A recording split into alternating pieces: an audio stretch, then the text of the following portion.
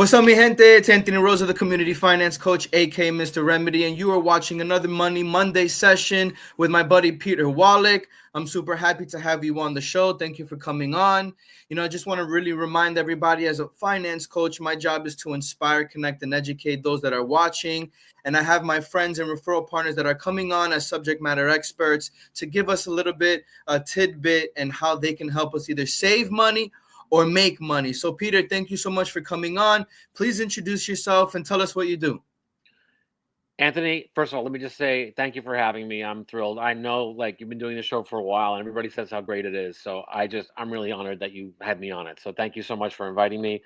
And I really hope I can add some value to your viewers. And I'm flattered. Thank you. So thank you for having me on the show.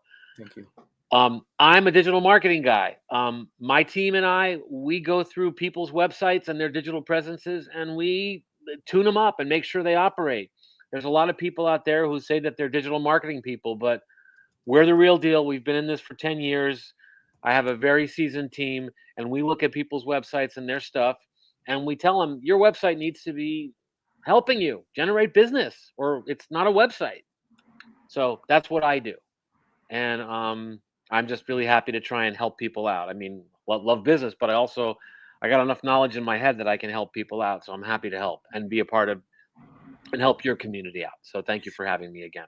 No, thanks for sharing that, Peter, and thanks for coming on, because I know that your workload is very busy, and I admire even the musician side of you, Peter. Why don't you tell everybody about what you do? Well, I was also a professional musician for a long time, and I had a jingle company. I wrote music for Showtime and all sorts of other cable channels for years, and we used to write music for their promotional commercials, and that was lots of fun.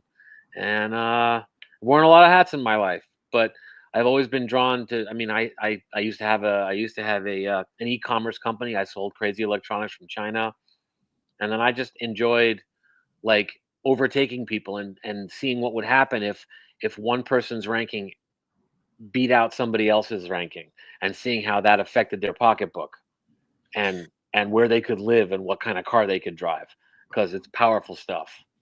Why do you think that's so important but yet so overlooked? Because in my business, there's a very low barrier to entry. Anybody can put up a website and declare, I'm a digital marketing guy. Pay me money and I'll make your ranking better. People in foreign countries, and it's given the whole business a very bad rap. But there are still people out there who are separated, who know what they're doing and can actually make a difference. And you can't just open up a website and declare you're a chiropractor, right? You can't just open up your website and declare you're an attorney. You have to have, there's a lot of things that go into becoming those things. Digital marketing, there's no official certifications. So anybody can declare themselves a digital marketer. Doesn't mean they know what they're doing. So We're in an age where there's a low entry barrier, and we're expecting results, but we're not getting the results that we're trying to get or accomplish from our website. I had put a question up here for those that are watching. Is your website producing business? Peter, it must drive you wild when you speak to a business owner and they still don't have a website. they almost all of them do, or they usually do, but then I ask them the question, okay, so is it making your phone ring? And I get two answers. Either I don't think so, or I don't know. Mhm. Both of those are unacceptable. If you're a business person, your website should be producing something. If you know, Anthony, you've heard me. We've talked at other meetings. You've heard me say, if your website doesn't make your phone ring, it's not a website. It's a brochure in a drawer at your uncle's house. It serves no purpose. Mhm. If all you want people to do is, if you want to hand out a business card to somebody at a party and say, "Hey, yeah, I'm a plumber. Here's my website," so you can prove that you're legit to somebody. If that's your only purpose for your website, okay, fine. That's a business card. It's not a website. It's just a brochure online. It's an electronic brochure. But if you want, your website should be an engine. It should be working for you when you're sleeping and someone is searching for a plumber or an electrician or a credit repair coach or a home loan. That website should be generating leads for you even when you're sleeping, even when you're out on the job or you're up on a ladder or you're glued to your computer. Your website should be producing something for you. If it's not, something's wrong. So I know we're going to give some remedies or some hacks that we Yeah. said, right? Digital marketing hacks. But Peter, what separates you from all these other companies? Can you share with me, something that keeps you up at night that you enjoy because you love this so much? Um, what is the strategy that you do that the average person doesn't? And not to give too much of your goodies out. There's too many people out there that follow a churn and burn business model. And this particular people overseas, they'll collect your money, they won't succeed. You'll be like, I'm not using you anymore. I'm having a terrible time. You're not doing anything for me. So you fire them. And so you fire them and you don't get pay them, but they don't care because they're just continuing to find new meat and they're not really paying attention. They don't really care all that much. They go through some motions, you pay some money, and nothing really happens. It is a point of pride to me. I am in this country. I live in the USA. My clients are here. I know my clients. Whether or not I succeed is intensely important to me. It makes a difference to me. One of my earliest clients was a pest control guy, and he was really struggling when I found him. And I worked out a program for him. 2 years later, he had 2 trucks, and then 3 trucks, and then we had a new problem. He wasn't in town anymore in January. I said, "Where are you?" He's like, "I'm away." I'm like, "Okay, I'm glad you can afford to go on vacation now, but I'm seeing leads come in and you're not answering them. So this is money that's up on the. We got to do something. We got to make sure that these leads are collected while you're away. Let's have somebody answer the phone, whatever it is." But the point was, what I do translates in a real way to people living in bigger houses. Anthony, you and I know somebody who took me on as who hired me, and 4 months later he bought a house. That wasn't a coincidence. Right. And I mean, look, What he I raved makes a about you too difference. with testimonials, and that was, proof that he had to hire an admin because he was getting on too many, warm calls, which is Right, phenomenal. right, and that's my goal. My goal is here's my goal. As twisted as it sounds, I want you to call me up at some point and say, "Are you trying to kill me?" That's what I want to hear. Are you? One person said to me, "Dude, you've destroyed my weekends," and I'm like, "Sorry." Hire other Mhm. people. What can I tell you? But that's Right. what That's a I good care problem about to this have. stuff. It has to Yeah. make a difference. I mean, marketing is not an exact science. Even when you're advertising, buying billboards, putting your name on a shopping cart, at the supermarket, like marketing is not, there's no guarantees in marketing, but I care and I work my ass off for my clients. And sometimes it's just a matter of it takes a little bit more time for somebody who's in a really competitive situation.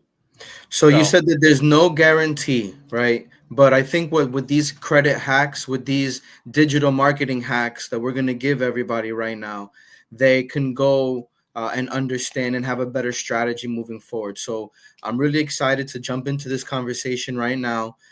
Starting off with number one, ownership of your online assets. Can you tell me more about that? yeah, so your web presence, at most basically, let's assume you're not on social media at all. Let's assume you're not running any Google ads or Facebook ads. Let's just assume that you have a website. Okay? Let's say you're an attorney or a finance coach, doesn't matter.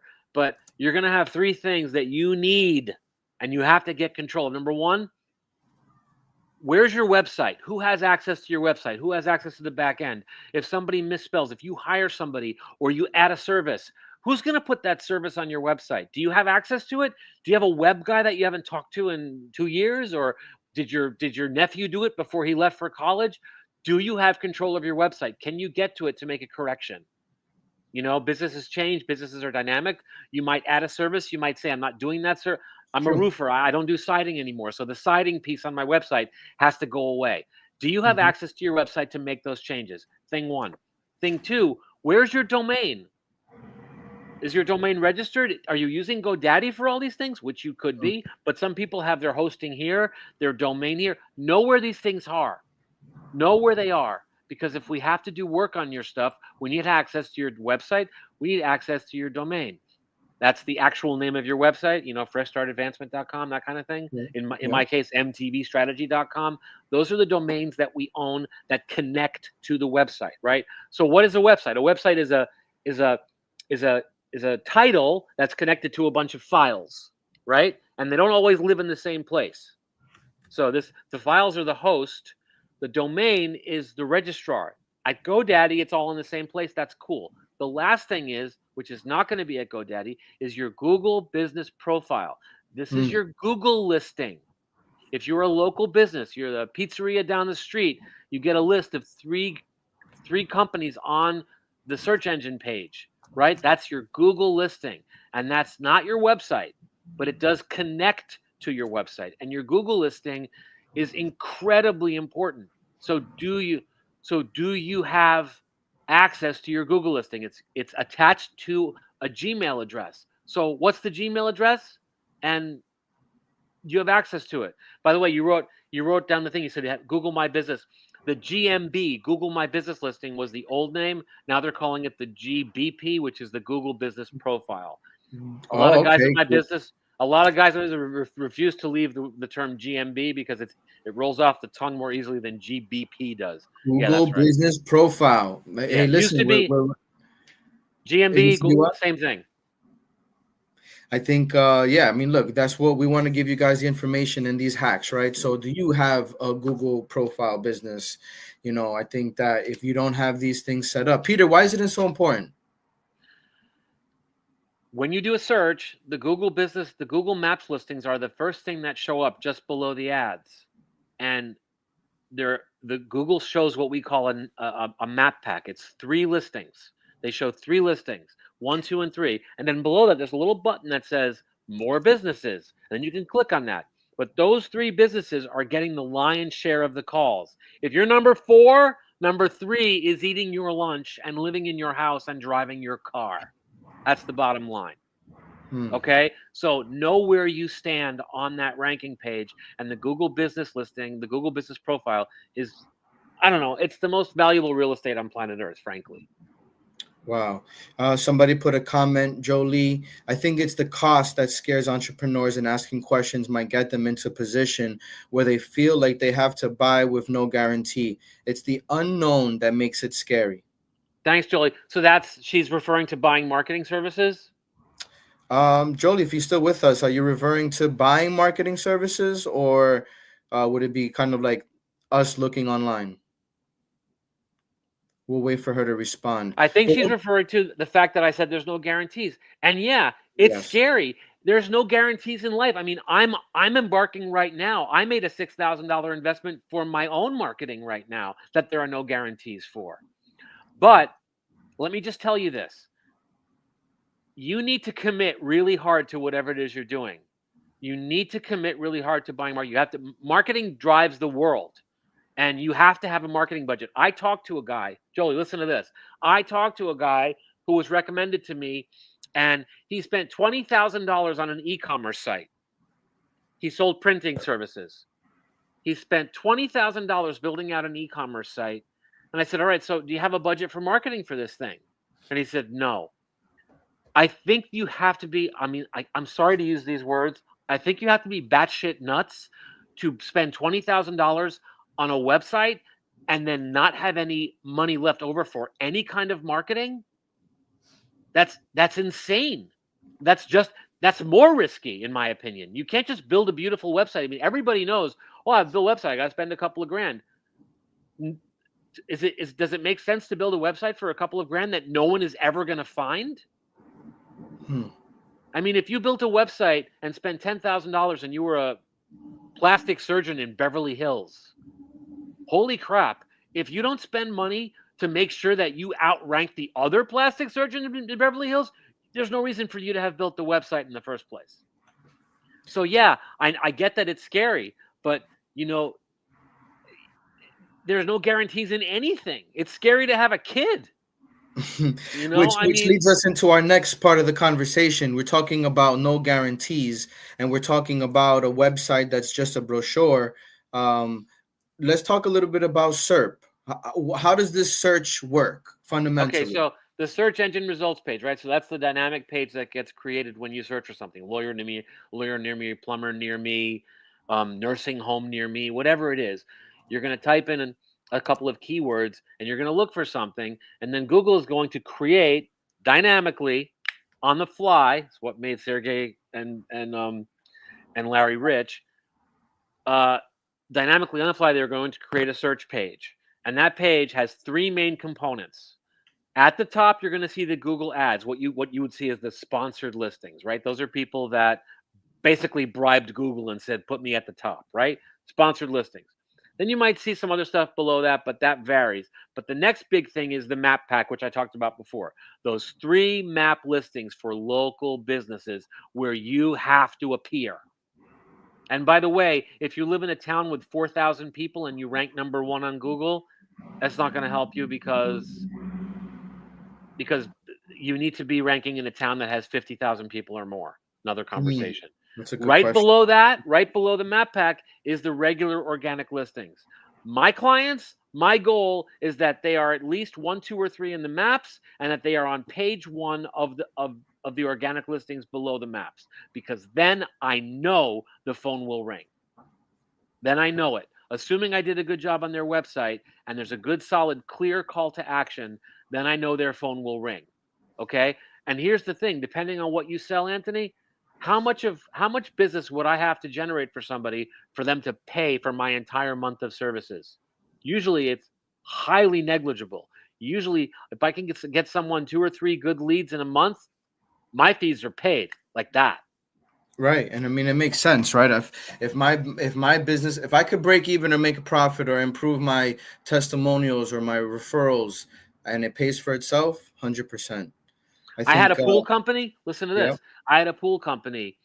They paid me $46,000 over the course of 10 months. And according to my calculations, and they pretty much confirmed it, I think I netted them $950,000 that's worth at it. the time. At the time. So Hmm. at that point, we start talking about, what else can we do? Where else can we spend money? What other strategies can we bring to bear on your business? I like Jolie put 40% of the profit you make yearly should go back into your business. Is that a good number to put back in?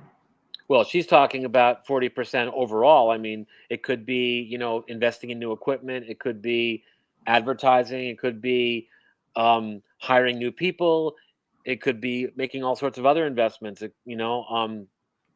getting new office space. But I don't know if 40% is, I went to business school and I did very well. And we never said that 40% was the rule of thumb, but it very well might be. I know certain rules of thumbs for different, I know how much dentists are supposed to invest based on how many employees they have. Like I have some numbers like that.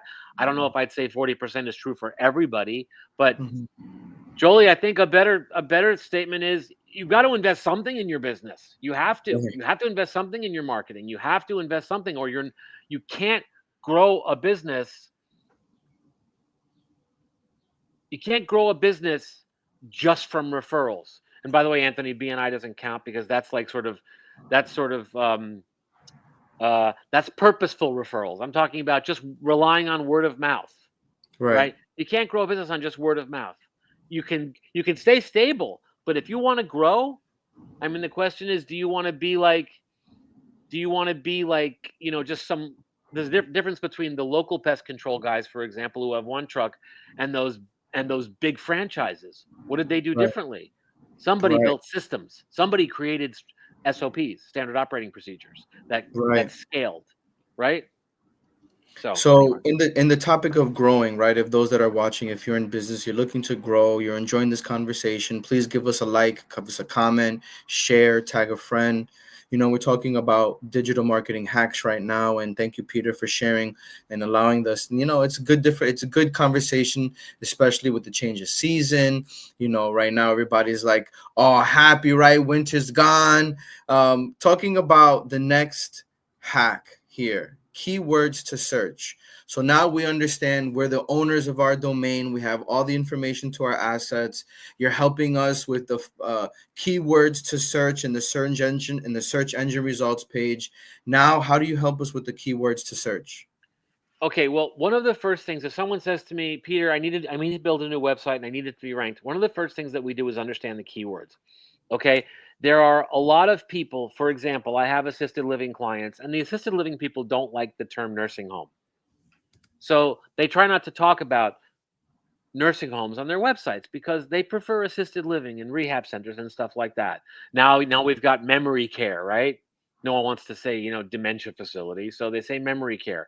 But the point is that you need to know what the keywords are that people are using to search for your business, right? I happen to know, for example, that exterminator as a pest control keyword is much more used here on the East Coast than it is on the West Coast. On the West Coast, you'll see a little bit more pest control or pest service. Here, the word exterminator gets used a lot more, right? Drain rotting versus drain snaking. But know what your keywords are. Know what the keywords are that people are using to search for you. Okay? You can go to a blank Google screen and type in certain things and you can sort of get a sense of it. But the point is that I can't get into keyword understanding keyword analysis is a big, big, big topic. But there are keyword tools out there that you can use. There are keyword tools out there that you hang on a second. I just wanna get people to do not disturb. So there are keyword tools out there that you can use to check what the keywords are. I mean, everybody also has a series of different services, right? If, again, getting back to the pest control thing, because it's a really great example of how many keywords. It could be termite remediation. It could be bed bug help. It could be cockroach infestation, whatever. The trick is to know what the keywords are so that you can ensure that these things are talked about on your website and that you have your service pages and that you can gear your website to the keywords. That way Google knows in no uncertain terms what it is that you do, right? So how does Google work? Google has algorithms. They have bots that crawl by your website, and if the bot gets confused, then it doesn't want to present you as a good option to somebody who's searching. Google wants you to be a really Google's nightmare is that somebody does a search on Google gives them 6 crappy plumbers, and your next thought is, well, crap, I'm just going to go to Bing or ChatGPT and ask them. That's Google's nightmare. So they have to make sure that the results that they give you are authoritative. So what are you doing on your website to make you look authoritative? Ask yourself that question. Do you look authoritative on your website? Do you have people talking about you elsewhere on your website? Is your website clearly laid out in such a way that not only do the people searching and finding you see what you do, but Google's bots look at your website and say, we understand this. We understand what Fresh Start Advancement does. They do credit report, they do credit boosting, they do loans and business loans. Like, I get it. This is what Fresh Start Advancement, Anthony's company, I get what they do. I don't want to confuse Google. Right? I gotta stop myself. I could probably go on for 2 more hours. So. No, for sure. And we have some questions here. So Jolie, what would you suggest, Peter, for a small business that just started and don't know much about digital marketing? Okay. She has another part. I had a membership that I needed a website, but didn't have much to invest in a website. How can I work with you to start? And then as I grow, keep investing more when business grows. Do you have a program for startup? Very interesting question. Thank you, Jolie. Yeah. So, I mean, you can reach out to me and we can talk.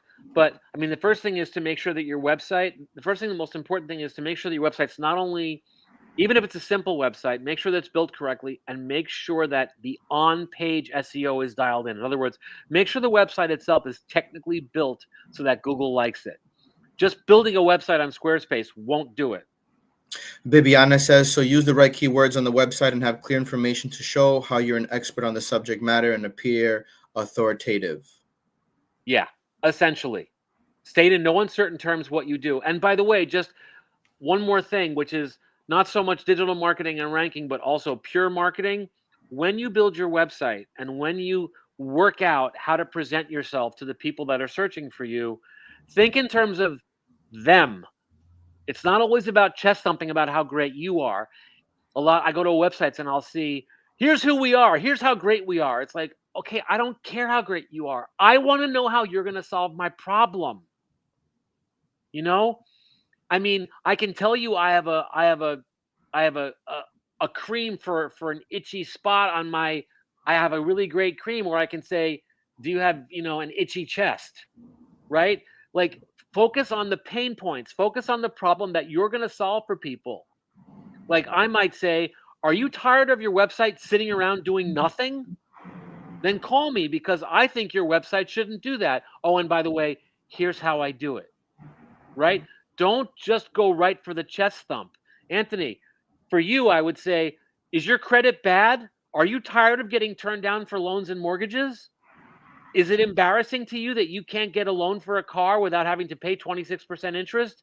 I know how this feels. Call me, right? Focus on the pain points. Focus on the problem that you solved for somebody. Are you tired of guests seeing cockroaches in your kitchen? Call me. So now we have the search words. We're clear on the pain point. Number 4, and the last digital marketing hack. This is the thing this is a true hack. This is a true hack that I'm going to give people. If you can't hire an SEO person, so follow the things that I just said and make sure that your website is crisp, clear, has a call to action with a form that says, call me today for a free estimate, that kind of thing. Call me today for a free consult. Good call to action, good focus on pain points of what you're going to do for somebody, a clear description of the services that you perform and what you do. Anthony, one thing came to mind. Remember, we used to have somebody that we knew who was in insurance, and that person's website had palm trees all over their website. Mm-hmm. It looked like a travel agency website. It was anything but. She sold insurance, and yet here was the website looked like it was for a travel agency. And I used to look at it and just scratch my head and say, I mean, I get it, but why do you want to call it this? You need to be clear that you're selling insurance to truckers and not you look like a anyway. So make sure your website's clear. So here's a hack for everybody, because a website is not a static, dead thing. A website is a dynamic, living organism. And Google doesn't like websites that have been sitting there doing nothing and that never get changed. It can be just a huge boost to your website. I know you like the word boost, Anthony. A huge boost just to go into your website every 6 months and update some of the copy, change it around, add something to it. Maybe you learned something interesting. Write about an anecdote on your website, whatever. Add copy to your website on a semi-regular basis, so Google sees that this is not just sitting there, that you're out there and you're walking the walk. Show that to Google. It loves websites that are constantly getting updated. So here's my hack for you guys. Almost any website, whether it's Squarespace or Weebly or WordPress, it's easy to create a blog page. So create a blog page. Don't want to write blogs? Fine. Sit down while you're just like hanging out at home on the couch in between Netflix binging and write down a list of 10 different articles you think would be cool about your business. How I can boost your credit, the best small business loans to get, what good credit can mean to you, what are all the available small business loans. I'm talking about you, Anthony, right? These are all articles that you could write. So you create a blog page, write down a bunch of article titles. My number is 10. Everybody listening? 10. Then go to ChatGPT. Ask ChatGPT, hey, write me an article, in your case, Anthony, about the best small business loans to get. 500 words or less. Bam! You have an article. In 30 seconds, you have an article. Then do 10 articles. In each article, put a link in the article to a page on your website. Anthony, if you were to do an article about credit boosting, then put a link to your credit boosting service page. If you're an exterminator and you're writing about roaches, link to your roach remediation page. So your blog is linking to another page on your website. Got it? Right. Okay, so now you've done that. You've got 10 blogs. Now translate them all into Spanish.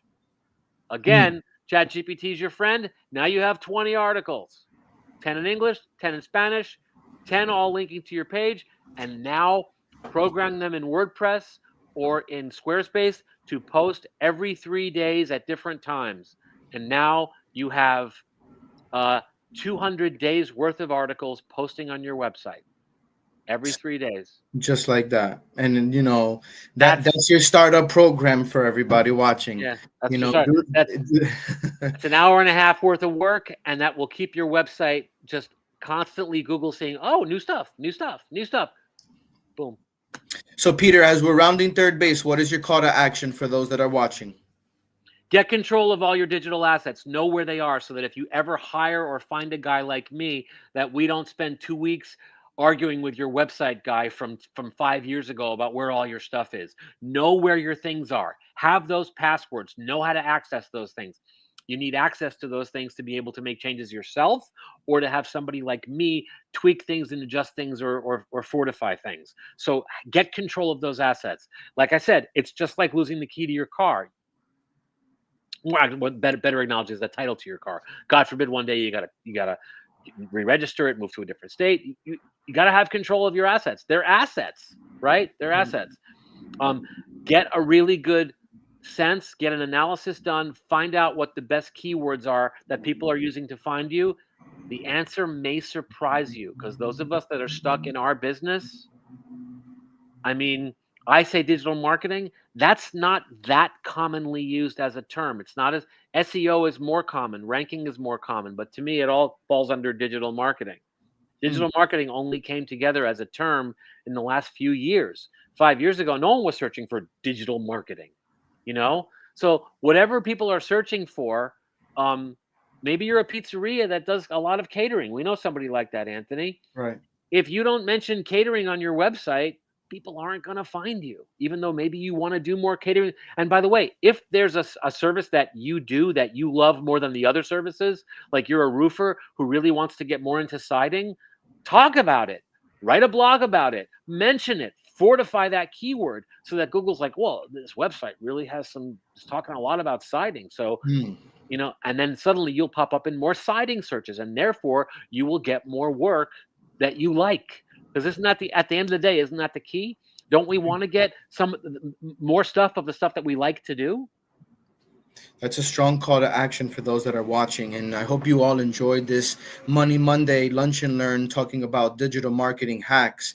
Peter, as we're almost closing, what are your final thoughts? I mean, for you as a business owner with multiple businesses, we have a lot of business owners that are watching here, parents, there's tight schedules, money's tight. But obviously the goal is to grow and have that financial freedom. What are your final thoughts on these hacks that we were able to share today? Like I said, get control of your assets and try to understand, try to clear out your cache in your browser, and just get a sense of, if you're not at home or near where your business is, if you're a few blocks away, check it out and find out where you're showing up. Find out what's going on. Find out if there's a town with a much bigger population 3 blocks away from you, because maybe it's possible to get Guttenberg, classic example, right? Hudson County, Guttenberg, right? Tiny, tiny town, right? But a few blocks up the street, North Bergen, which is like 5 times the size in terms of population. I knew a cleaner once, and I said, dude, you are just a few blocks away, just like 1 block away from North Bergen. Try to get a Google business listing in North Bergen. And I gave him hacks on how to do that, or at least talk about North Bergen on your website, because there's a whole population center right up the street that you could bleed into and get more control and get more action from, right? Like what I said to our friend, the interior designer, about tapping into Union City, right? Because he's in a smaller town. Because Union City's more people, population centers. Google works on population centers. It works on towns, zip codes. So find ways to tap into the towns that are around you because there might be a lot more people in the town next to you. Happens all the time. So this was a ton, and you said that you gave some more hacks, so I guess that's for another conversation. Definitely going to have you on again. But again, thank you so much for watching, everybody, tuning in. It's a pleasure as a finance coach the last 9 years to be practicing, personal credit coaching and business credit coaching. Peter, it's a pleasure to have you as a friend, someone that I can consider a brother, and as a subject matter expert, rely on when I have some challenges. I have let me give everybody my my website in case they want to reach out to me. Yeah. It's Mary Thomas Bravo, MTB, Money in the Bank, mtbstrategy.com. There's a form, fill it out if you want to talk to me. Maybe, we can at least give you some advice. Anyway, yeah, we'll make sure we put that post in the comment section. Okay. Let's see that quote, Anthony. I was curious. Yes, I got a nice quote from Les Brown. Too many of us are not living our dreams because we are living our fears. So I want to say go in grace, go in peace. This is Anthony Rosa, the community finance coach. I hope you learned something new today. Tag a friend, share this, but I'll see you guys soon. Peace out.